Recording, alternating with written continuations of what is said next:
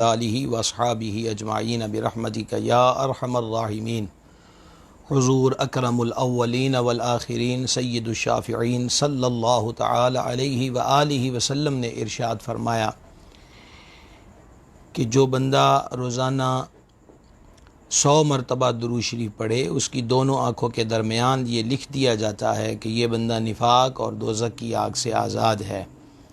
درود شریف کی کثرت ہم سب کو اپنا معمول بنانا چاہیے۔ درود شریف کی خوشبوؤں سے اپنے دہن کو معطر کرنا چاہیے، اور بلکہ روزانہ اپنے آپ سے یہ سوال پوچھنا چاہیے کہ آج میں نے اپنے آقا و مولا صلی اللہ تعالیٰ علیہ وسلم کی بارگاہ میں کتنی بار درود شریف کا نذرانہ پیش کیا ہے۔ اللہ تعالیٰ ہمیں زیادہ سے زیادہ اپنے محبوب علیہ الصلوۃ والسلام کی بارگاہ میں ہدیہ الصلوۃ والسلام پیش کرنے کی توفیق عطا فرمائے۔ ہم سب مل کر بارگاہ میں ہدیہ الصلوۃ والسلام پیش کریں۔ الصلاۃ والسلام علیک یا سیدی یا رسول اللہ وعلی آلک و صحابک یا سیدی یا حبیب اللہ۔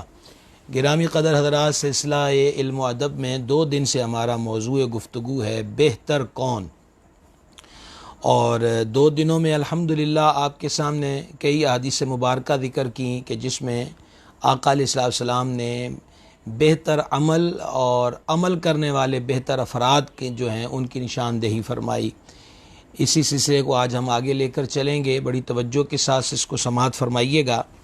یہ آج کے سلسلے کی پہلی حدیث مبارک ہے، اور یہ بخاری شریف کتاب المناقب میں ہے۔ سیدنا عبداللہ بن عمرو بن عاص رضی اللہ تعالیٰ عنہ اس کے راوی ہیں کہ فرماتے ہیں کہ حضور اقدس شفیع محشر صلی اللہ تعالیٰ علیہ وآلہ وسلم نے ارشاد فرمایا، ان من خیارکم، تم میں سے بہترین شخص وہ ہے، احسنکم اخلاقا، جس کا اخلاق اچھا ہے۔ تم میں سے بہترین شخص وہ ہے جس کا اخلاق اچھا ہے۔ امیر المومنین امام الواصلین سرکار سیدنا علی المرتضیٰ کرم اللہ تعالی وجہ الکریم بیان کرتے ہیں اس حدیث شریف کو کہ حضور اقدس صلی اللہ تعالی علیہ وآلہ وسلم نے مجھ سے فرمایا، یہ مولا کائنات ارشاد فرماتے ہیں، کیا میں تمہیں دنیا اور آخرت کے سب سے بہترین اخلاق والے کے بارے میں نہ بتاؤں؟ اب پہلی حدیث شریف میں تھا کہ بہترین وہ شخص ہے جس کے اخلاق اچھے ہیں۔ اس حدیث میں مولا مرتضیٰ بیان کرتے ہیں کہ حضور علیہ الصلوۃ والسلام نے وہ جو بہترین اخلاق والا ہے وہ کون ہے، اس کا کیا وصف ہوتا ہے، وہ کس اعتبار سے جانا جائے گا کہ اس کے اخلاق اچھے ہیں؟ تو حضور علیہ الصلوۃ والسلام نے خود ارشاد فرمایا میں نہ بتاؤں ایسے شخص بارے؟ تو پھر اس کا جواب یہ خود ہی ارشاد فرمایا کہ جو تم سے تعلق توڑے تم اس سے تعلق جوڑو، اور جو تمہیں محروم کرے اس کو عطا کرو، اور جو تم پہ ظلم کرے اسے معاف کر دو۔ تو اخلاق حسنہ کی ایک کیفیت، یہ 3 چیزیں آقا علیہ الصلوۃ والسلام نے بیان فرما دی، جو تمہیں محروم کرے تم اسے عطا کرو، اور جو تم پہ ظلم کرے اسے معاف کر دو، اور جو تم سے توڑے اس کے ساتھ جوڑو۔ مزید حدیث شریف سماعت کیجئے، مسند احمد کی یہ حدیث پاک ہے۔ یہاں پر تو اخلاق کی بات ہو گئی، اب اس کے اندر مزید آپ کو سرکار علیہ السلام کی زبان حق تک واضح ہوگا کہ حضور علیہ الصلوۃ والتسلیم نے بہترین کی ایک اور جو کیٹیگری ہے اس کو یہاں پر بیان فرمایا۔ ارشاد فرمایا، کیا میں تم سے بہترین کی خبر نہ دوں؟ یعنی کہ تم میں سے بہترین کون ہے اس کی خبر نہ دوں؟ صحابہ اکرام علیہم رضوان نے عرض کی، یا رسول اللہ علیہ السلام ارشاد فرمائیں۔ تو ارشاد فرمایا، تم میں بہتر وہ ہیں جن کی عمریں دراز اور اخلاق اچھے ہوں۔ یعنی عمر دراز ہو اور اخلاق اچھے ہوں۔ اچھا، یہ جو لمبی زندگانی ہے، یہ لمبی زندگی ہونا بہت بڑی بات بھی ہے اس وقت جب زندگی کے مقصد کو پا کر زندگی کو گزارا جائے، اور وہ زندگی برائے بندگی ہے۔ لیکن اگر یہی زندگی معصیت میں گزرے، اللہ کریم کی نافرمانی میں گزرے، تو پھر مختصر زندگی بھی قبر و حشر کے اندر وبال کا سبب بن جاتی ہے۔ حضرت سیدنا طلحہ بن عبید رضی اللہ تعالیٰ عنہ بیان کرتے ہیں کہ دور دراز سے 2 حضرات نبی کریم علیہ السلام کی بارگاہ میں حاضر ہوئے، اور دونوں نے ایک ساتھ ہی ایمان لائے، اسلام قبول کیا۔ ان میں سے ایک تو بہت زیادہ عبادت گزار اور بہت زیادہ محنت کرنے والے تھے، اور دوسرا اس سے کم۔ پہلا جو شخص تھا جو بہت زیادہ عبادت گزار اور محنت کرنے والا تھا، وہ پہلے صاحب کا ایک جنگ کے اندر ان کو شہادت کا جام جو ہے وہ عطا ہو گیا، وہ شہید ہو گئے۔ جو دوسرے صاحب تھے وہ ان کے بعد 1 سال تک زندہ رہے۔ حضرت سیدنا طلحہ بن عبید رضی اللہ تعالیٰ عنہ بیان کرتے ہیں کہ میں نے خواب کے اندر دیکھا کہ وہ بندہ جو سال بعد فوت ہوا ہے، جو سال بعد فوت ہوا ہے، وہ بندہ پہلے شخص سے پہلے جنت میں داخل کر دیا گیا ہے۔ مجھے بڑا تعجب ہوا۔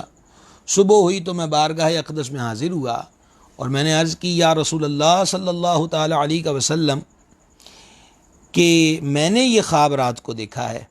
تو حضور علیہ الصلوۃ والسلام نے ارشاد فرمایا، کیا وہ یعنی جس کو تم نے بعد والے کو دیکھا ہے شہید کے بعد 1 سال تک زندہ نہیں رہا؟ اور کیا اس نے شہید کے بعد ماہ رمضان کے روزے نہیں رکھے اور سال میں اتنے سجدے ادا نہیں کیے؟ صحابہ اکرام علیہ رضوان نے عرض کی، کیوں نہیں یا رسول اللہ علیہ الصلوۃ والسلام؟ تو رحمت کونین نانائے حسنین صلی اللہ تعالی علیہ وآلہ وسلم نے ارشاد فرمایا، پھر ان دونوں کے درمیان زمین و آسمان کی دوری کیوں نہ ہو؟ مطلب یہ ہے کہ بعد والے صاحب کو 1 سال مدت زیادہ ملی اور انہوں نے 1 سال میں ماہ رمضان کے روزے بھی رکھے، نمازیں بھی پڑھی، نوافل بھی پڑھے، دیگر ذکر اذکار بھی کیے، تو لمبی زندگی میں جو زندگی کا حاصل تھا یعنی بندگی، وہ تعداد کے اندر اور عبادت کے اندر پہلے والوں سے بڑھ گئی۔ تو فرما تعجب والی بات نہیں ہے، ان دونوں کے بیچ میں زمین و آسمان کا فرق ہے۔ تو لمبی زندگی ہو اور اخلاق اچھے ہوں، اس شخص کو بہترین فرمایا نبی پاک صلی اللہ تعالی علیہ وآلہ وسلم نے۔ اب ایک اور حدیث شریف سماعت فرمائیے جو صحیح مسلم میں ہے، جان جہاں صلی اللہ تعالی علیہ وآلہ وسلم نے فرمایا، جو بندہ اپنے رزق میں کشادگی یعنی رزق میں وسعت، رزق میں بڑھوتی چاہے اور عمر کے اندر یعنی زندگی میں اضافہ پسند کرتا ہے، اسے چاہیے کہ وہ اپنے رشتہ داروں سے تعلق جوڑے رکھے۔ گرامی قدر حضرات، رشتہ داروں کے ساتھ نیکی، رشتہ داروں کے ساتھ بھلائی، اس کو تفصیل سے سمجھنے کے لیے ماہ رمضان شریف کے اندر قریباً ہماری 3 نشستیں تھیں صلہ رحمی کے عنوان سے۔ آپ اس کو ایک دفعہ سماعت کیجئے، جنہوں نے سماعت نہیں کیا اس کے اندر بہت سارے مسائل، رشتہ داروں سے حسن اخلاق، اگر رشتہ داروں کی طرف سے منفی جوابات آتے ہوں تو تب وہاں پر انسان کو کیا کرنا چاہیے، یہ اسی سلسلہ علم و ادب میں الحمدللہ ہم بالتفصیل قرآن و حدیث کی روشنی میں بیان کر چکے ہیں۔ تو اعزہ کے ساتھ تعلق جوڑنے سے رزق میں کشائش اور زندگانی میں برکت پیدا ہوتی ہے۔ اس سے معلوم ہوا کہ یہ ایک نیکی ہے، اور نیکی کی جو برکت ہے وہ یہی ہوتی ہے کہ نیکی کی برکت سے رزق میں برکت ہوتی ہے، زندگانی کے اندر بندے کے جو برکت ہے وہ پیدا ہوتی ہے۔ گرامی قدر حضرات، یہ ابھی تک بات ہوئی حسن اخلاق کے متعلقہ، اور حسن اخلاق کی جو چیز جو آگے وضاحت تھی وہ بھی ہم نے حدیث ذکر کر دی، اور پھر لمبی زندگی بہتر کب ہے اس کے بارے میں بھی ذکر ہو گیا۔ آگے بڑھتے ہیں ہم۔ حضور نبی کریم رؤوف الرحیم علیہ الصلوۃ والتسلیم نے ارشاد فرمایا، یہ حدیث صحیح بخاری کتاب التفسیر کے اندر ہے، فرما خیارکم فی الجاہلیۃ خیارکم فی الاسلام اذا فقہوا، یعنی تم میں سے جو جاہلیت میں بہتر تھے وہ اسلام میں بھی بہترین ہیں جب کہ عالم ہو جائیں۔ جو دور جاہلیت میں مراد اس سے یہ ہے کہ جو پہلے دور جاہلیت کے اندر تھے ان کی طبیعتوں میں نرمی تھی، وہ حسن اخلاق والے تھے، وہ وعدے کی پاسداری کرنے والے تھے، یا ان کے اندر شجاعت تھی، ان کے اندر قوت تھی، یا ان کے اندر سخاوت کا عنصر تھا، شرم و حیا کا عنصر تھا۔ تو دور جاہلیت کے اندر جن لوگوں کے اندر یہ اچھی خوبیاں تھیں، تو جب وہ دامن اسلام کے اندر آ گئے تو اسلام تو پھر سبحان اللہ وہ تو وہ چیز ہے کہ جو آپ یوں کہہ دیجئے کہ آئینے کو صاف کر دے اور زندگی کو جلا بخش دے۔ تو وہ جو دور جاہلیت کے اندر بہتر تھے، خیارکم فی الجاہلیۃ خیارکم فی الاسلام، اور آگے اس کی ایک چیز بیان فرمائی، اور وہ یہ ہے اذا فقہوا، کہ جب کہ وہ عالم ہو جائیں، یعنی اس میں ایک اور برتری کا عنصر بیان فرمایا گیا، اور وہ ہے صاحب علم ہونا، جس کو دین کی سوجھ بوجھ ہو، جو دین کے معیار کو سمجھے، احکامات کو سمجھے۔ نبی مکرم صلی اللہ تعالی علیہ وآلہ وسلم نے اہل علم کی بڑی شانیں بیان فرمائی ہیں۔ آقا کریم علیہ الصلوۃ والسلام نے فرمایا میری امت کے بہترین لوگ علماء ہیں، اور ان علماء میں سے بہترین وہ علماء ہیں جو نرم طبیعت والے ہیں۔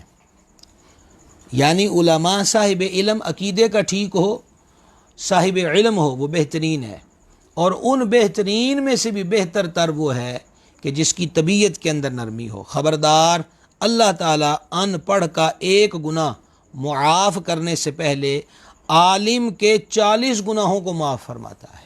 اللہ اکبر کبیرہ۔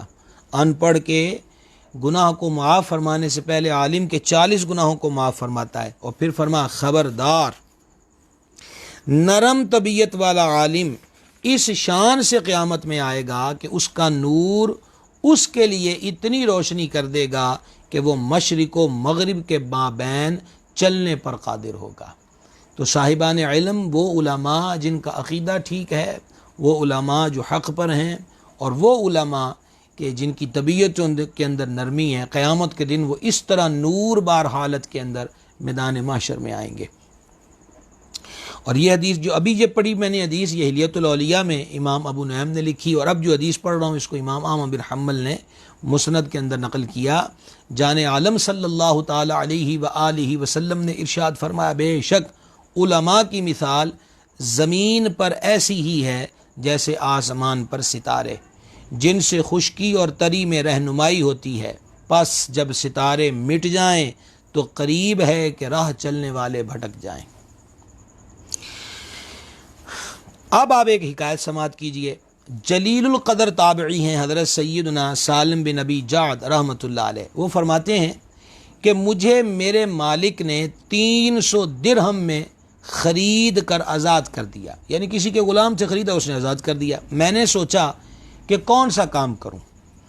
کل میں نے توجہ دلائی تھی کہ دینی علوم کے معاملے میں جو کنفیوز ہو جاتے ہیں اور اپنے آپ کو مایوسی کی دنیا میں دھکیلتے ہیں، وہ ذرا یہ بات پوری توجہ کے ساتھ سن لیں۔ 2 لائنیں صرف باقی ہیں۔ یہ جلیل القدر تابعی ہیں سیدنا سالم بن ابی جعد رحمہ اللہ، یہ غلام تھے، بندے نے 300 درہم میں خریدا، خرید کر آزاد کر دیا۔ فرماتے ہیں کہ جب میں آزاد ہو گیا تو میں نے سوچا کہ کون سا کام کروں۔ بالآخر علم کے شعبے کو اختیار کیا کہ میں دین کرنے میں مشغول ہو گیا۔ 1 سال بھی نہ گزرا تھا کہ شہر کا حاکم میری ملاقات کو آیا، لیکن میں نے اسے اجازت نہ دی۔ یہ شان ہے علم کی۔ مایوسیوں کی وادیوں میں پڑھنے کی ضرورت نہیں ہے، یہ کمظرفی کی علامت ہوتی ہے۔ ہاں، علم سیکھا جائے مناظرے کے لیے نہیں، مجادلے کے لیے نہیں۔ اب میری اس بات کو منفی بھی نہ لے، سوشل میڈیا کا دور ہے، علم مناظرہ باقاعدہ کہ علم ہے، میں الحمدللہ اس کو سمجھتا ہوں، لیکن حدیث مبارکہ کے اندر ایسے بندے کی مذمت فرمائی گئی ہے جو اسی لیے علم سیکھے کہ میں جاہلوں سے الجھوں گا، میں ان سے جناب پنگے ڈالتا رہوں گا۔ تو علم جو ہے وہ عمل کے لیے ہے، اور علم جو ہے وہ دوسروں کی رہنمائی کے لیے ہے، اور شانیں یہ عطا ہوتی ہیں کہ کبھی خود بازار میں بک رہے ہیں اور 300 درہم میں خرید کے آزاد ہوتے ہیں، اور جب 1 سال گزرتا ہے قال اللہ وقال رسول اللہ جل جلالہ علیہ الصلوۃ والتسلیم سے مستفید ہوتے ہیں، تو شان یہ ہوتی کہ شہر کا حاکم دروازے پر کھڑا ہے لیکن وہ ملنے سے انکار کر دیتے ہیں۔ یہ شان ہے۔ صدر الشریعہ بدر الطریقہ حضور سیدی مفتی محمد امجد علی اعظمی رحمۃ اللہ تعالی علیہ فرماتے ہیں، علم ایسی چیز نہیں جس کی فضیلت اور خوبیوں کے بیان کرنے کی حاجت ہو، ساری دنیا جانتی ہے کہ علم بہت بہتر چیز ہے، اس کا حاصل کرنا تغرائے امتیاز، تغرائے امتیاز کہتے ہیں بلندی کی علامت۔ یہی وہ چیز ہے کہ اس سے انسانی زندگی کامیاب اور خوشگوار ہوتی ہے، اور اسی سے دنیا اور آخرت سدھرتی ہے۔ اس سے وہ علم مراد ہے جو قرآن و حدیث سے حاصل ہو، کہ یہی علم وہ ہے جس سے دنیا اور آخرت دونوں سنورتی ہیں، اور یہی علم ذریعہ نجات ہے، اور اسی کی قرآن و حدیث میں تعریفیں آئی ہیں، اور اسی کی تعلیم کی طرف توجہ دلائی گئی ہے۔ قرآن مجید میں بہت سے مواقع پر اس کی خوبیاں صراحتاً یا اشارتاً بیان فرمائی گئی ہیں۔ اب آپ کو ایک عالم کی بات بتاؤں، یہ عالم بھی وہ ہے جن کے لیے رحمت عالم علیہ الصلوۃ والسلام نے فرمایا نا مدینۃ العلم علی بابھا۔ حضور امیر المومنین سرکار حیدر کرار کرم اللہ تعالی وجہ الکریم ارشاد فرماتے ہیں، علم کی شرافت و بزرگی کے لیے، یعنی علم کا معیار، اس کی پرسنالٹی، اس کا مقام، علم کی شرافت و بزرگی کے لیے یہ بات کافی ہے کہ جو شخص اچھی طرح علم نہیں جانتا وہ بھی اس کا دعویٰ کرتا ہے اور اپنی طرف علم کی نسبت کیے جانے پر خوش ہوتا ہے، جبکہ جہالت کی مذمت کے لیے اتنا کافی ہے کہ جو شخص جہالت میں مبتلا ہو وہ بھی اس سے براعت ظاہر کرتا ہے۔ آپ خود غور کر لیں، جیسا کہ اشتہاروں کے اندر، محافل کے اندر ہمارے ہاں کثرت کے ساتھ القابات کا اب استعمال ہوتا ہے اور حد سے تجاوز ہوتا ہے۔ سچی بات کہنی چاہیے، تعارف میں بھی سچی بات کہنی چاہیے، لیکن ایک عام سے فرد کو مطلب یہ ہے کہ شیخ الحدیث بالتفسیر اور امام المفسرین کہہ دیا جائے اور بیچارے نے ابھی ترجمے کے ساتھ بھی قرآن نہ پڑھا ہو، تو لیکن وہ یہ نہیں کہے گا کہ جناب میری انسلٹ ہوئی ہے، اس کو وہ شان سمجھے گا۔ یہ مولا مرتضیٰ کے فرمان کا مفہوم آپ کے سامنے پیش کر رہا ہوں۔ اور ایک جاہل اجہل بندہ ہو، اس کو بھرے مجمع میں یہ چار بندوں کے سامنے کہہ دینا تو جاہل ہے، تو وہ غصہ کرے گا، تو نے مجھے جاہل کہا، حالانکہ وہ جاہل ہے۔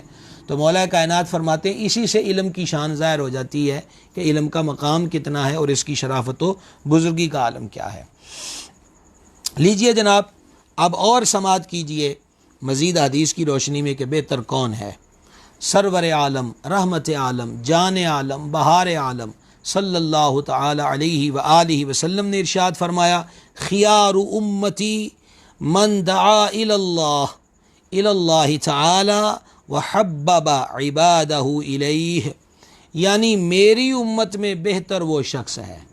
اور آپ جان چکے ہیں اور جانتے ہیں کہ تیسری نشست ہے آج ہماری، اور ہم حدیث کی روشنی میں بتا رہے ہیں کہ بہتر، فرمایا خیار امتی، میری امت میں بہتر شخص وہ ہے من دعا الی اللہ، جو اللہ کی طرف بلائے، من دعا الی اللہ تعالی، جو اللہ کریم اللہ تعالی کی طرف بلائے، وحبب عبادہ الیہ، اور لوگوں کو اللہ کا محبوب بنائے۔ اللہ غنی حمید۔ یہ حدیث شریف امام جلیل محدث کبیر امام جلال الدین سیوطی شافعی رحمہ اللہ نے جامع الصغیر کے اندر نقل کی ہے۔ بہترین وہ ہے جو اللہ کی طرف بلائے اور لوگوں کو اللہ کا محبوب بنا دے۔ سبحان اللہ۔ امام عبد الرؤف مناوی رحمہ اللہ اس حدیث کے تحت فرماتے ہیں، اللہ کی طرف بلانے سے مراد توحید، فرما برداری اور اللہ تعالیٰ کی خوشنودی کے حصول کی طرف دعوت دینا ہے، اور لوگوں کو اللہ کا محبوب بنانے سے مراد یہ ہے کہ وہ لوگوں کو تقوی، دنیا سے بے رغبتی اور اللہ تعالیٰ کی معرفت سکھائے۔ اس نیک بندے کی نشانی یہ ہے کہ ان تمام نیکیوں کو محض اللہ کی رضا کے لیے بجا لائے اور شہرت کو اپنے پاس بھی نہ آنے دے۔ گرامی قدر حضرات، اگر ہم اولیاء کرام رحمہم اللہ علیہم کی سیرتوں کا مطالعہ کریں تو اولیاء کرام رحمہم اللہ علیہم نے اللہ کے دربار سے بھاگے ہوئوں کو رب کے دربار میں لا کے کھڑا کر کی، عالم ربانی کی، اللہ کے ولی کی دنیا کے اندر ڈیوٹی یہی ہوتی ہے۔ جس طرح ایک بندہ اپنے بہتر تعلق کو دنیا میں واضح کرنے کی کوشش کرتا ہے، اس کا دوست ہو یا اس کا شیخ ہو یا اس کا استاد ہو یا باپ ہو، بڑا معیار ہو، بڑی پرسنالٹی ہو، بڑی شان ہو، خیر و خوبی کے اندر وہ بہترین ہو، تو اس کی خواہش ہوتی ہے کہ لوگوں میں اس کا تعارف ہو، اور بلکہ اخلاص کی علامت یہ ہوتی ہے کہ وہ دنیا والوں کو بھی چاہتا ہے کہ وہ میرے دوست کے پاس آئیں، میرے شیخ کے پاس آئیں، میرے استاد کے پاس آئیں، ان سے استفادہ کریں، ان سے رشد و ہدایت کا پیغام حاصل کریں۔ تو ولی کس کا دوست ہوتا ہے؟ ولی اللہ، اللہ کا دوست۔ تو وہ اللہ کریم کی محبت کا لطف پا رہا ہوتا ہے اور موج میں ہوتا ہے، اس کو پتہ ہوتا ہے کہ جو اللہ کی دوستی کے حصار میں بندہ آ جاتا ہے تو پھر اس پہ لطف و عطا کا عالم کیا ہوتا ہے، عنایات کا عالم۔ ہم تھوڑا سا سمجھنے میں ہم سے مسٹیک ہوئی ہے، ہم عطائے ربانی صرف اور صرف دنیاوی چیزوں پر ہی معمول کرتے ہیں کہ دنیا کی آسائش اور سہولت اور تمام تر ہماری ڈیمانڈز لمحہ بلمحہ بلکہ فوراً پوری ہوتی رہیں تو ہم سمجھتے ہیں کہ یہ اللہ کی عطا ہے۔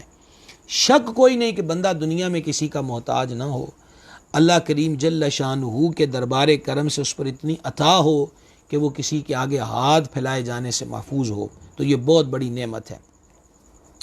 لیکن اصل عطیہ الہی، رحمت الہی یہ ہے کہ اللہ کریم جل شانہ اس کو اپنے پیاروں کی صف میں قبول فرما لے۔ مولانا روم علیہ رحمت نے فرمایا اللہ کی رحمت قیمت نہیں مانگتی، اللہ کی رحمت بہانہ تلاش کرتی ہے۔ حضرت بشر حافی رحمۃ اللہ علیہ شراب کے نشے میں کاغذ کا ٹکڑا دیکھتے ہیں زمین پر پڑا ہوا کہ جس پر بسم اللہ شریف لکھی ہے، اور اس کو صاف کر کے خوشبو لگا کر کہ پاک و بلند رب تعالیٰ کا اسم گرامی زمین پر ہے، اس کو اونچی جگہ پہ رکھ دیتے ہیں۔ یہی عمل ان کو ولایت کی دنیا میں سارے اولیاء کی ہسٹری پڑھ لیں، وہ اپنے پاس آنے والے کو مولا کے دربار کی طرف راجع کرتے ہیں۔ اب امام مناوی رحمۃ اللہ علیہ کے الفاظ آپ نے سنے کہ اللہ کا محبوب مرانے سے مراد یہ ہے کہ وہ لوگوں کو تقویٰ، دنیا سے بے رغبتی اور اللہ کی معرفت سکھائے، اور جب اللہ کی معرفت نصیب ہو جاتی ہے تو دنیا سے بے رغبتی خود حاصل ہو جاتی ہے۔ دو عالم سے کرتی ہے بیگانہ دل کو، عجب چیز ہے لذت آشنائی۔ تو جنہیں لذت آشنائی نصیب ہو جاتی ہے وہ کیا کہتے ہیں جس کو لفظ بولتے ہیں آٹومیٹکلی وہ بے رغبت ہو جاتا ہے دنیا سے۔ کیوں؟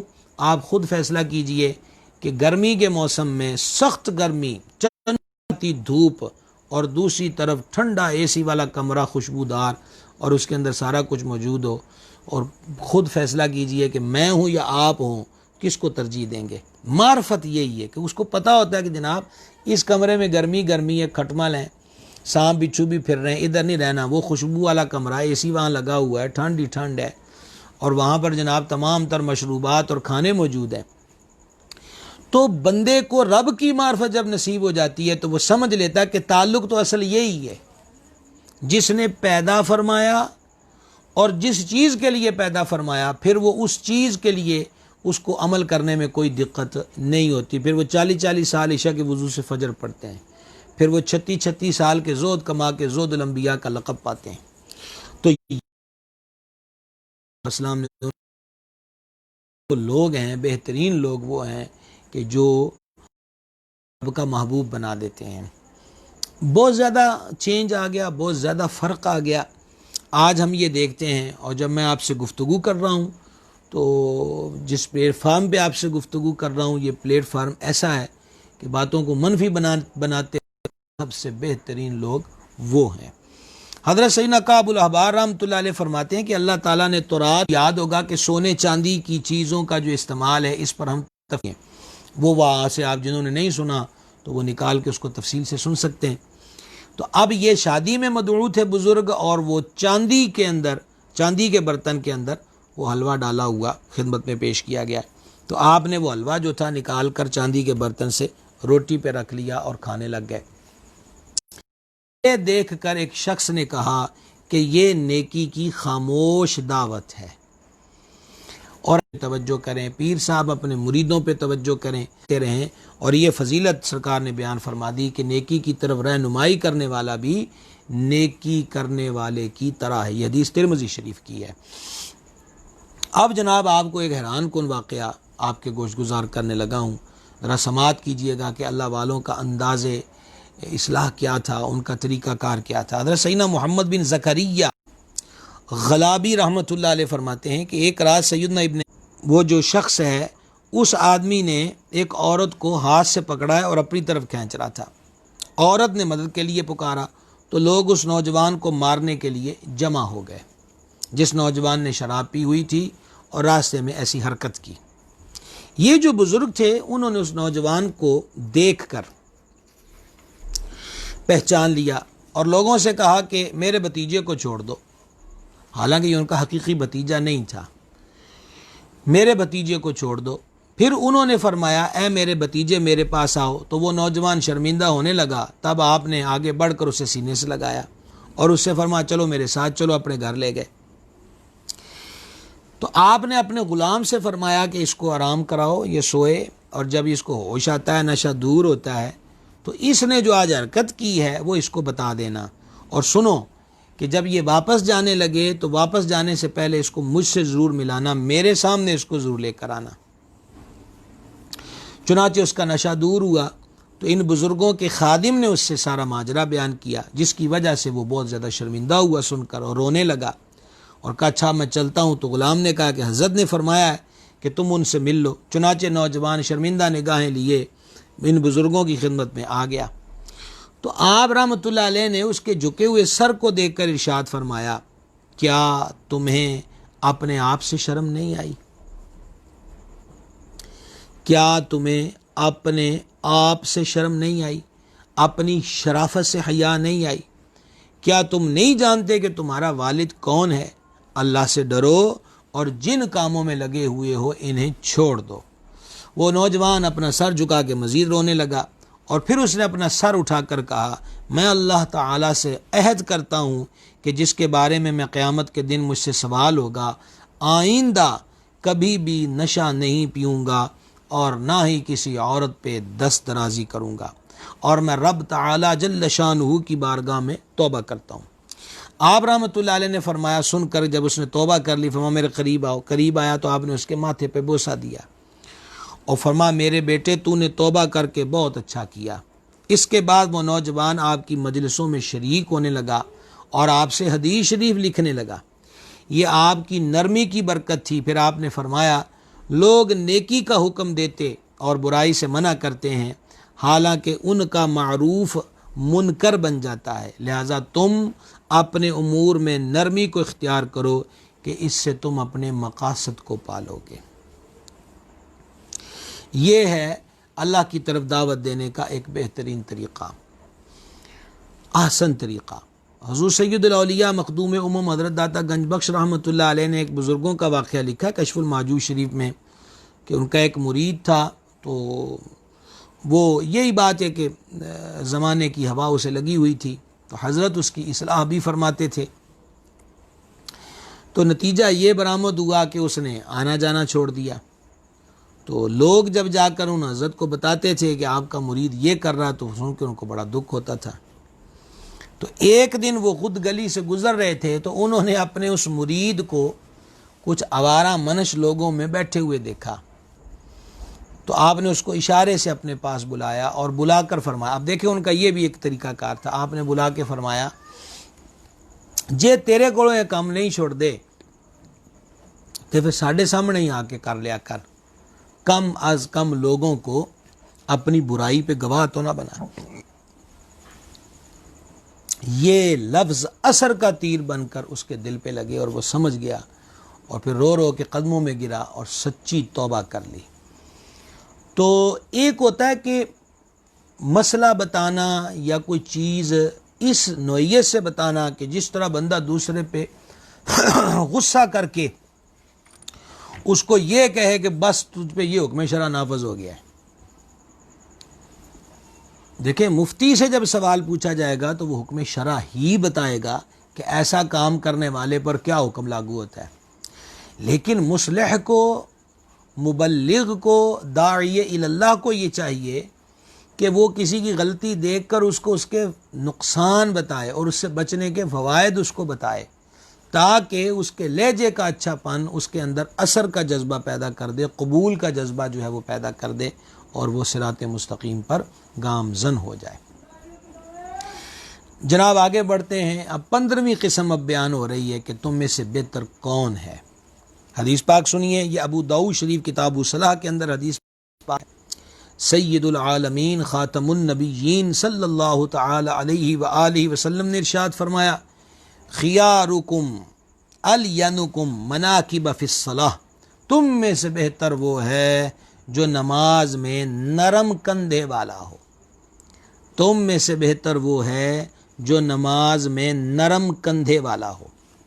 حضرت مفتی احمد یار خان صاحب نعیمی علیہ رحمت اس حدیث پاک کے تحت فرماتے ہیں، اگر کوئی شخص ضرورتاً ایک نمازی کو آگے پیچھے ہٹائے تو بے تأمل ہٹ جائے، یا اگر کوئی اسے نماز میں سیدھا کرے تو سیدھا ہو جائے، یا اگر کوئی صف کی کشادگی یعنی صف میں جو گیپ ہے بند کرنے کے لیے درمیان میں آ کر کھڑا ہونا چاہے تو یہ کھڑا ہو جانے دے۔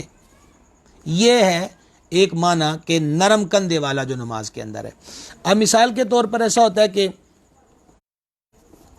اگلی صف مکمل ہوگی، ایک بندہ آ گیا پیچھے، تو اس کے لیے مسئلہ یہ ہے کہ وہ جو مسئلہ جانتا ہو وہ اس کے کندھے پہ ہاتھ رکھ دے، اور اس ہاتھ رکھنے سے مراد یہ ہے کہ وہ خود سمجھ جائے گا، مسئلہ جانتا ہوگا، وہ پیچھے آ جائے تاکہ ایک بندہ صف میں کھڑا نہ ہو، دو ہو جائے۔ اور جہاں خبر ہی نہیں ہے کہ کسی کو یہ علم ہے، وہ ہاتھ رکھے تو وہاں لڑائی جھگڑا شروع ہو جائے، تو وہ بندہ اکیلا ہی پیچھے صف میں کھڑا ہو جائے۔ اچھا، اسی طریقہ کے ساتھ صف بننے لگی ہے، اب تھوڑی سی جگہ باقی ہے، تو ایک بندہ بیچ میں آ گیا، تو یہ نہیں کہ اس کو کونیاں مار مار کے چل پیچھے اگے اسی تنگ کھلوتے، تو نواں ویچ آ گیا ہے، تو ایسی دادا گیری نہ کرے۔ تو نرم کندھے والے سے مراد حضرت مفتی احمد یار خان نعیمی رحمۃ اللہ علیہ نے فرمایا کہ یہ ہے، اور بعض شارحین حدیث نے کہا کہ نرم کندھے سے عجز و انکسار، خشوع و خضوع مراد ہے۔ مگر یہاں پر صف کی بات ہوئی تو حدیث پاک سماعت کیجئے، بخاری شریف کتاب الاذان کے اندر یہ حدیث پاک ہے، شفیع المذنبین انیس الغریبین صلی اللہ تعالی علیہ وآلہ وسلم نے ارشاد فرمایا، اپنی صفیں سیدھی کرو، کہ صفیں سیدھی کرنا نماز قائم کرنے سے ہے۔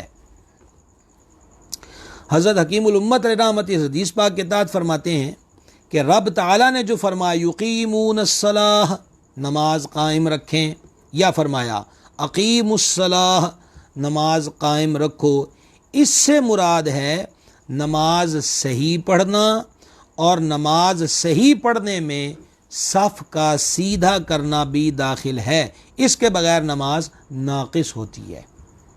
ابو داؤد شریف کتاب الصلاۃ کی ایک حدیث پاک سنیے، حضور اکرم الاولین والآخرین صلی اللہ تعالی علیہ وآلہ وسلم نے ارشاد فرمایا، اپنی صفیں سیدھی کرو، ان میں نزدیکی کرو، اپنی گردنیں مقابل رکھو، اس کی قسم جس کے قبضے میں میری جان ہے کہ میں شیطان کو صفوں کی کشادگی، جو گیپ چھوڑ دیتے ہیں، صفوں کی کشادگی میں بکری کے بچے کی طرح شیطان کو گھستا دیکھتا ہوں۔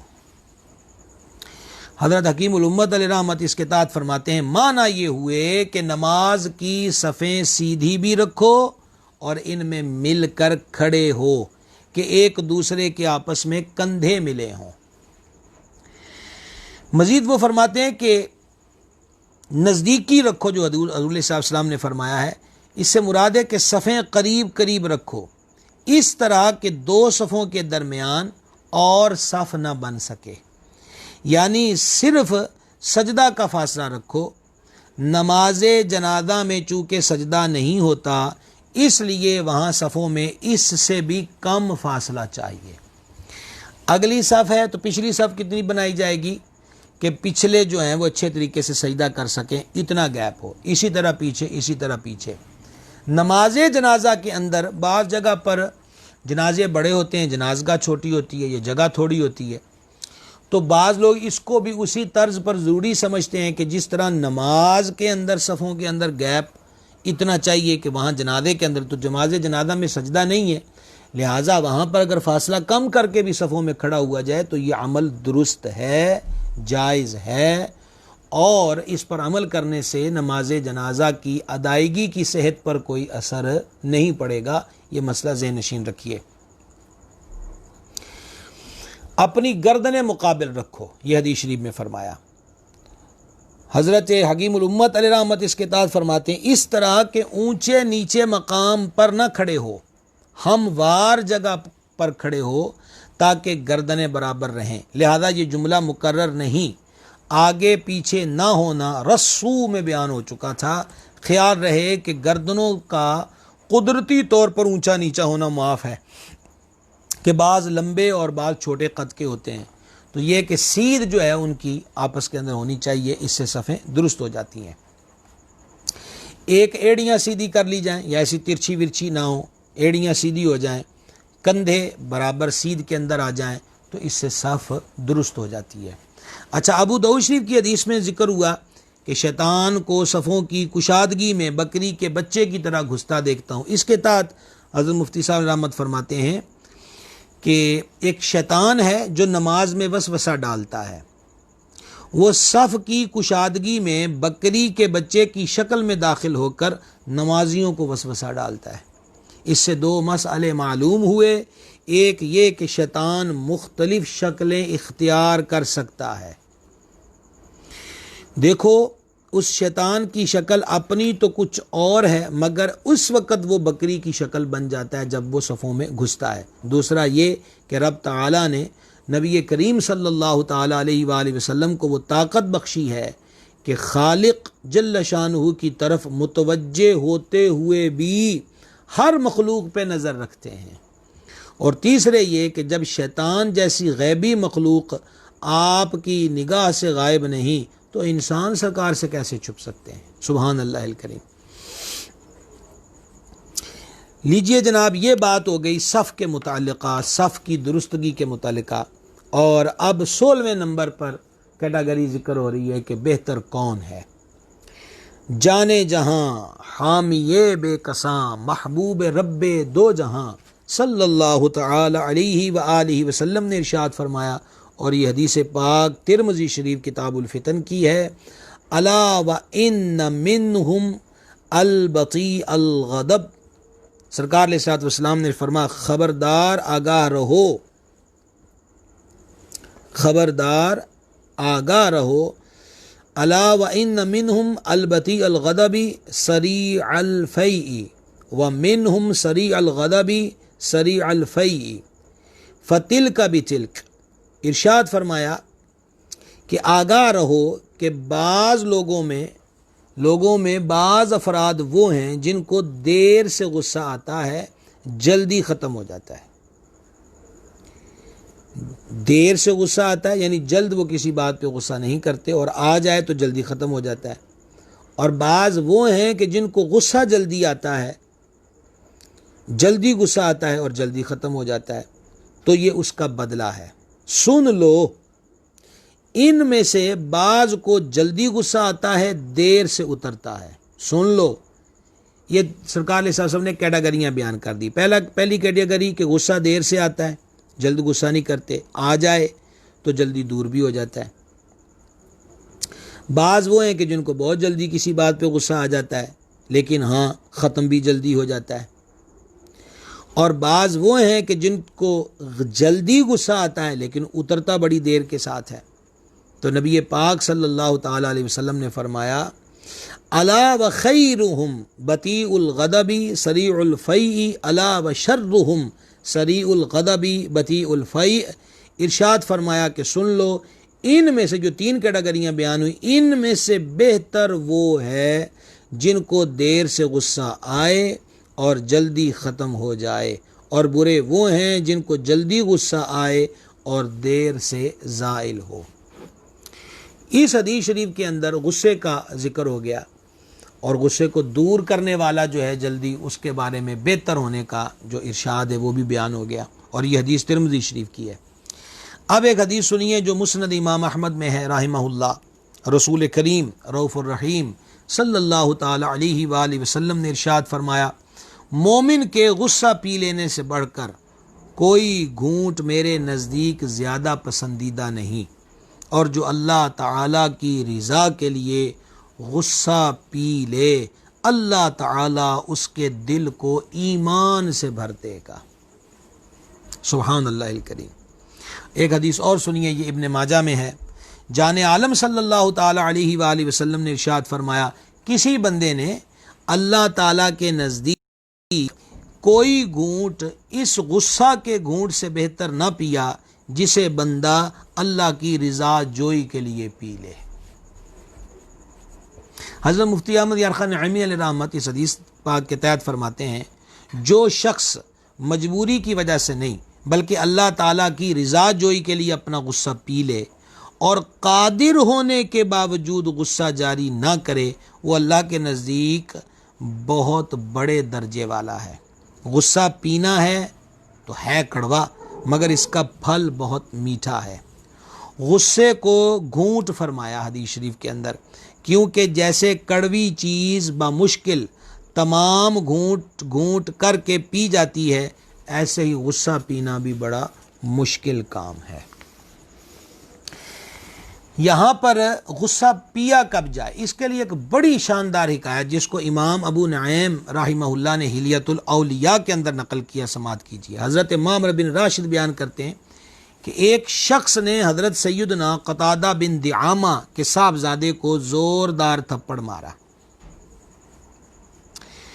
تو یہ جو قتادہ تھے، انہوں نے ایک تابعی بزرگ سیدنا بلال بن ابی بردہ رحمۃ اللہ علیہ سے اس بندے کے خلاف مدد چاہی، لیکن انہوں نے کوئی توجہ نہ دی، چنانچہ آپ نے قصری سے شکایت کی تو سیدنا قتادہ بن دعامہ کے ساتھ انصاف نہیں کیا، چنانچہ حضرت سیدنا بلال بن ابی بردہ نے تھپڑ مارنے والے کو بلایا اور بصرے کے سرداروں کو بھی بلایا۔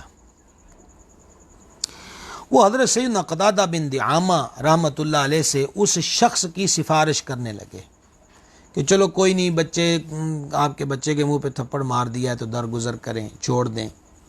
لیکن یہ بزرگ جو تھے وہ کسی کی سفارش قبول نہیں کر رہے تھے۔ کہا میرا بیٹا بھی تھپڑ مارے گا تو گل بڑھنی ہے، بدلہ اس طرح ہوگا جس طرح اس نے مارا، یہ بھی اس کے تھپڑ مارے۔ اور فرما بیٹا اب وہ ظاہری بات ہے بدلہ لینا تھا اور بدلہ مقرر ہے، تو انہوں نے کہا جی ٹھیک ہے پھر آپ بدلہ لے لیں۔ تو یہ جو بزرگ تھے قتادہ بن دعامہ علیہ رحمت، انہوں نے اپنے بیٹے سے کہا کہ آستینیں اوپر کر لو، اس نے اوپر کر لی، کہا اب اسی زور سے تم نے اس کے تھپڑ مارنا ہے۔ تو جب آپ کے بیٹے نے تھپڑ مارنے کے لیے ہاتھ کو بلند کیا تو آپ علیہ رحمت نے اپنے بیٹے کا ہاتھ پکڑ لیا اور فرمایا ہم نے رضائے الہی کے لیے اسے معاف کیا، کیونکہ کہا جاتا ہے کہ معاف کرنا قدرت کے بعد ہی ہوتا ہے۔ میں نے جی معاف کر دیا، اب اگلا بندہ تگڑا ہے، مقابلے میں آئے گا اور ہم اس سے مقابلہ نہیں کر سکیں گے، تو یہاں تو معاف کر دیا، پر بندہ ماڑکو ہے، ماتڑ ہے، غریب ہے، اب یہ ہے انہوں نے کہا اینو نہیں چھڑنا کیونکہ وہ ہماری دسترس میں ہے، یہاں معافی بنتی ہے، وہاں تو ہمیں اپنا عذر، اپنی مجبوری ہے کہ ہم اس سے مقابلہ نہیں کر سکتے، ہم اپنے کمزوری جو ہے اس کے تحت اس کا مقابلہ نہیں کر سکتے، تو معافی قدرت کے بعد ہوتی ہے۔ جس طرح حضور مولا مرتضیٰ شیر خدا مشکل کشا کرم اللہ تعالی وجہ الکریم کافر کے سینے پر ہیں، اور اس نے حضور مرتضیٰ کریم کے رخ پاک پر تھوک دیا تو سرکار حیدر کرار اترے۔ تو اب اس نے پوچھا کہ اے علی کریم کرم اللہ تعالی وجہ الکریم، یہ کیا ماجرا ہے کہ بے دردی سے آپ کو تو اب مجھے مارنا چاہیے کہ میں نے تو آپ کے منہ پر تھوکنے کی جسارت کی؟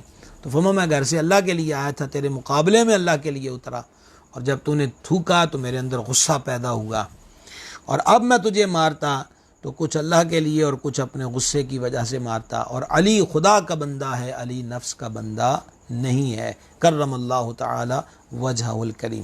غصہ بڑی نقصان دہ چیز ہے۔ ہم انشاءاللہ تعالی ایک پوری نشست کریں گے غصے کے باب میں، غصہ دور کیسے کیا جاتا ہے، غصے کا علاج کیا ہے، غصے کے نقصانات کیا ہے۔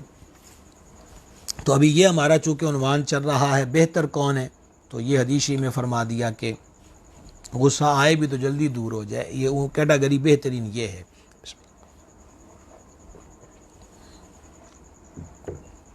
اب یہاں پر آپ ایک حکایت سماعت کیجئے جس سے غصے کے معمولات کو سمجھنا بہت زیادہ آسان ہو جائے گا۔ حضرت سیدنا وہب بن منبہ رضی اللہ تعالیٰ فرماتے ہیں ایک راہب اپنی عبادت گاہ میں مصروف عبادت تھا، شیطان نے اسے گمراہ کرنے کے لیے کئی جتن کیے لیکن شیطان لعین ناکام رہا۔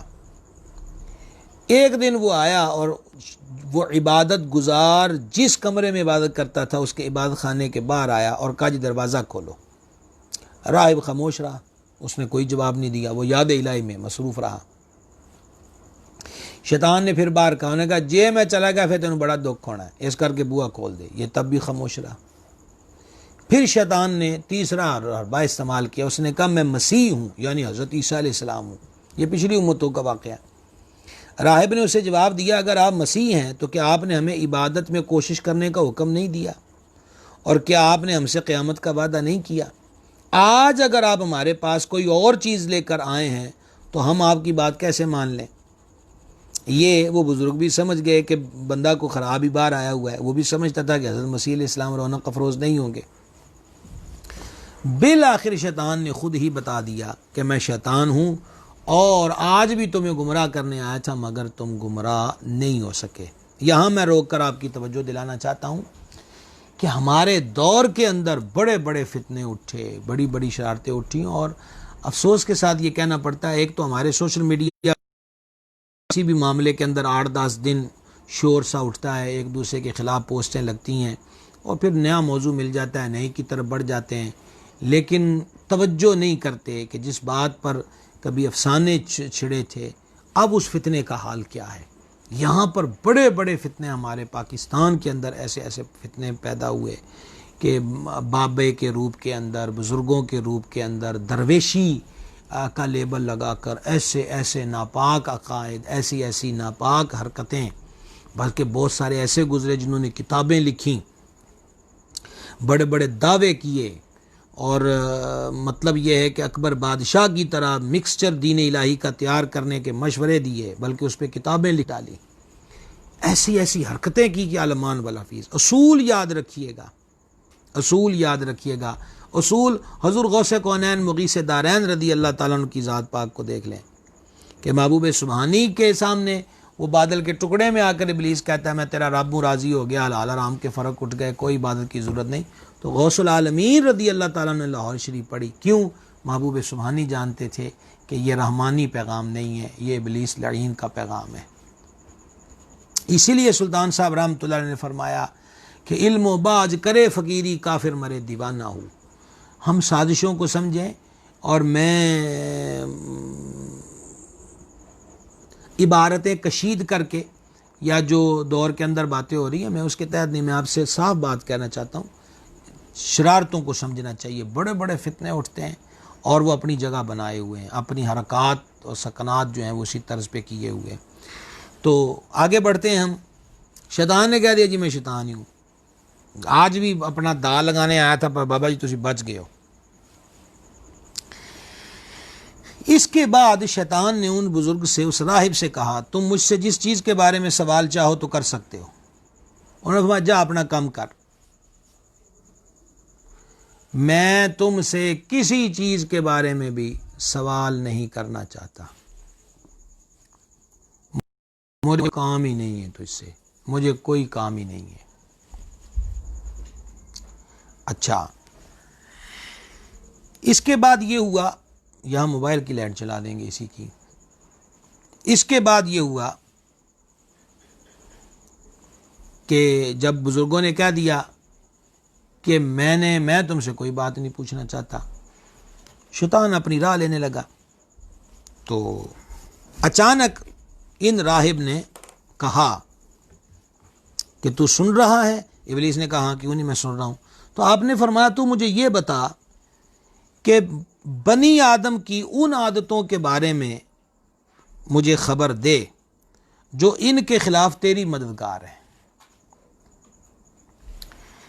بنی آدم کی یعنی حضرت آدم علیہ السلام کی اولاد، یعنی اولاد آدم کی وہ کون سی حرکتیں ہیں، کون سی کمزوریاں ہیں کہ جن کمزوریوں کی وجہ سے تو فائدہ اٹھاتا ہے، جس کو ہم کہتے ہیں ناجائز فائدہ کسی کی کمزوری سے اٹھانا۔ تو ابلیس لعین نے یہ کہا کہ وہ غصہ ہے۔ آدمی جب غصے میں ہوتا ہے تو میں اسے اس طرح الٹ پلٹ کرتا ہوں جیسے بچے گیند سے کھیلتے ہیں۔ جن لوگوں کو بہت زیادہ غصہ آتا ہو تو ایک تو وہ یہ ہے کہ چلتے پھرتے، جن کی بہت زیادہ غصیلی عادت ہو تو آج آپ کو قرآنی اس کا حل بھی عرض کر دیتا ہوں۔ یا اللہ یا رحمان و یا رحیم، یا اللہ یا رحمان و یا رحیم، یہ پڑھتے رہا کریں، یا ارحم الراحمین پڑھتے رہے کریں، اور یا پھر بسم اللہ الرحمن الرحیم اس کا ورد کیا کریں۔ اور تیسرا یہ ہے کہ لا حول شریف، لا حول ولا قوت الا باللہ، اور چوتھا یہ ہے کہ یا سلامو یا سلامو، یہ کثرت کے ساتھ پڑھتے رہا کریں، انشاءاللہ اس سے غصے کی عادت دور ہو جائے گی۔ گرامی قدر حضرات، ہمارا یہ جو سلسلہ گفتگو ہے بہتر کون، یہ آپ جان رہے ہیں کہ چل رہا ہے، اور بہت ساری باتیں مجموعی، یعنی یہ کئی عنوانات کا مجموعہ ہے۔ تو انشاءاللہ تعالی کل کی ہماری چوتھی نشست بھی اسی عنوان کے تحت ہوگی کہ سرکار علیہ السلام نے جن کو بہتر فرمایا ہے بہتر کون ہے۔ جی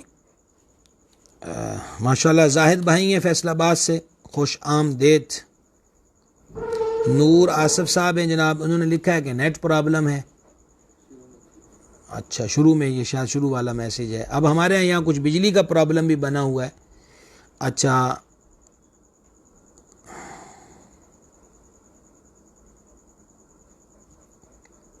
محمد ارسلان اتاری صاحب ہیں، اہلا و سہلا۔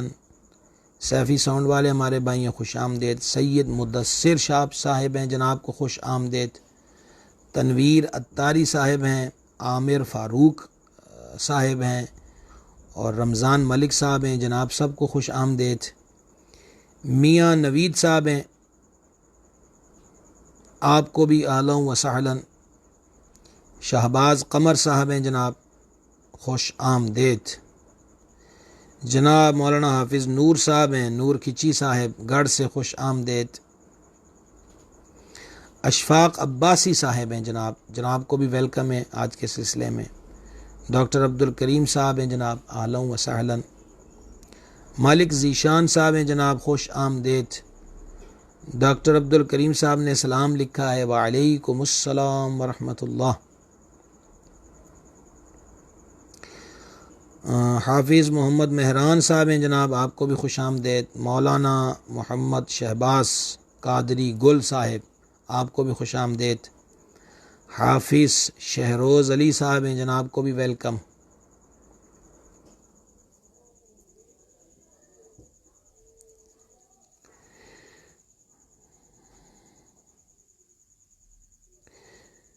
میاں ظہیر قادری صاحب اگر انہوں نے ایک سوال لکھا ہوا ہے تو اگر تو آپ پہلی بار ہمارے سلسلے سے جڑے ہیں تو پھر آپ کے علم میں نہیں ہوگا، اور پہلے سے جانتے ہیں تو سوال کا فائدہ نہیں ہے۔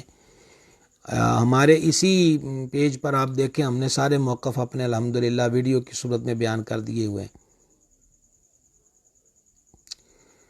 رضوی صاحب ہیں، جناب ماشاءاللہ آپ کو بھی خوش آمدید۔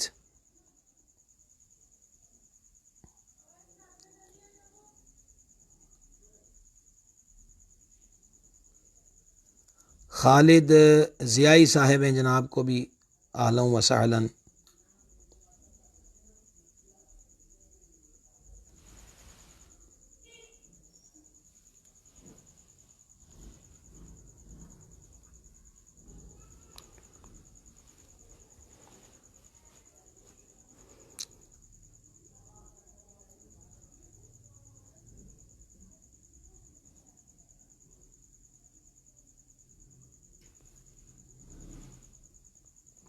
اچھا جناب، پھر یہ نادر رضا صاحب ہیں، جناب کو بھی آج کے سلسلے میں ہم خوش آمدید کہتے ہیں۔ محمد انعام الحق صاحب ہیں، سلام لکھا ہے جناب نے، وعلیکم السلام ورحمۃ اللہ۔ میاں محمد سلیم صاحب جناب پیر محل والوں کو بھی خوش آمدید۔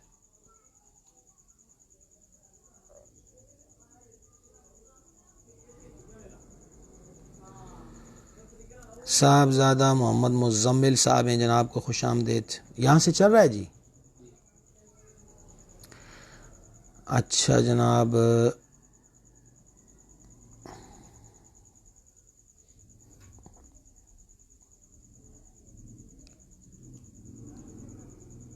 کرم کے بادل آپ کو بھی خوش آمدید جی۔ قاری محمد زاہد صاحب جناب جزاک اللہ خیر، دعا سے نوازا ہے۔ حافظ ذیشان صاحب ہیں، جناب دعا سے نوازنے، جزاک اللہ خیر۔ نور آصف صاحب کا لکھا ہوا سلام اب آ رہا ہے، وعلیکم السلام ورحمۃ اللہ وبرکاتہ۔ محمد ندیم قادری صاحب جناب دبئی سے، خوش آمدید۔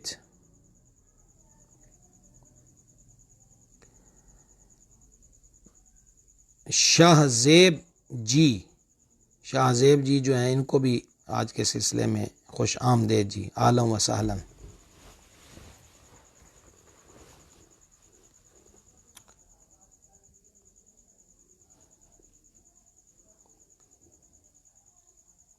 اللہ تبارک و تعالی ہماری حاضری کو قبول فرمائے۔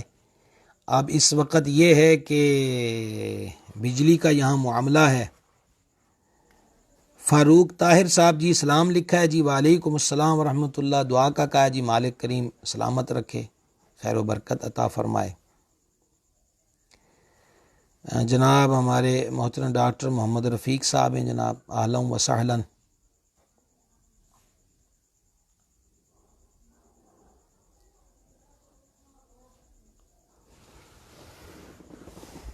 انشاءاللہ تعالی کل بھی ہمارا سلسلہ گفتگو اسی عنوان پر ہوگا کہ بہتر کون، اور گزارش یہ ہے کہ جتنی باتیں بیان ہوتی ہیں روز بھی ہم اپنی زندگی میں ایک ایک نیکی شامل کرتے رہیں، ایک ایک گناہ سے بچنے کی کوشش کرتے رہیں، تو ہماری زندگی سنور سکتی ہے۔ اللہ کریم اس میں ہماری مدد فرمائے اور ہمارے حالوں پہ کرم فرمائے۔ صلی اللہ تعالی علی النبی الامی وآلہ صلی اللہ تعالی علیہ وسلم، صلاۃ و سلام علیک یا سیدی یا رسول اللہ۔ الہی ہماری حاضری قبول فرما، گناہوں کو معاف فرما، خطاؤں سے درگزر فرما، نیک کاموں کی توفیق دے، برے کاموں سے محفوظ رکھ، ہمارے مشائخ کرام کے درجات بلند فرما، ہمارے ماں باپ پہ رحمت کرم اور فضل فرما، تمام مسلمان مردوں، تمام مسلمان عورتوں کی بخشش فرما، بیماروں کو شفا دے دے، بے قراروں کو قرار دے دے، بے روزگاروں کو روزگار دے دے، بے اولادوں کو نیک اولاد دے دے، مقروضوں کو قرضوں سے نجات دے دے، ہمارے دکھوں کو سکھوں میں بدل دے، مشکلوں کو آسانیوں میں بدل دے، بگڑے بخت سنوار دے۔ جن احباب نے دعاؤں کے لیے کہا تو سب کی حاجات کو جانتا ہے، اپنے محبوب کا صدقہ سب کی حاجات کو پورا فرما، اپنے محبوب علیہ السلام کے طفیل ہمارے حالوں پہ کرم فرما، ظاہر و باطن کو نیک اور ایک کر دے۔ اللہم انا نسألک العفو والعافیہ فی الدین والدنیا والآخرہ، الہی خیر گردانی بحق شاہ جیلانی، صلی اللہ تعالی علی حبیب سیدنا مولانا محمد۔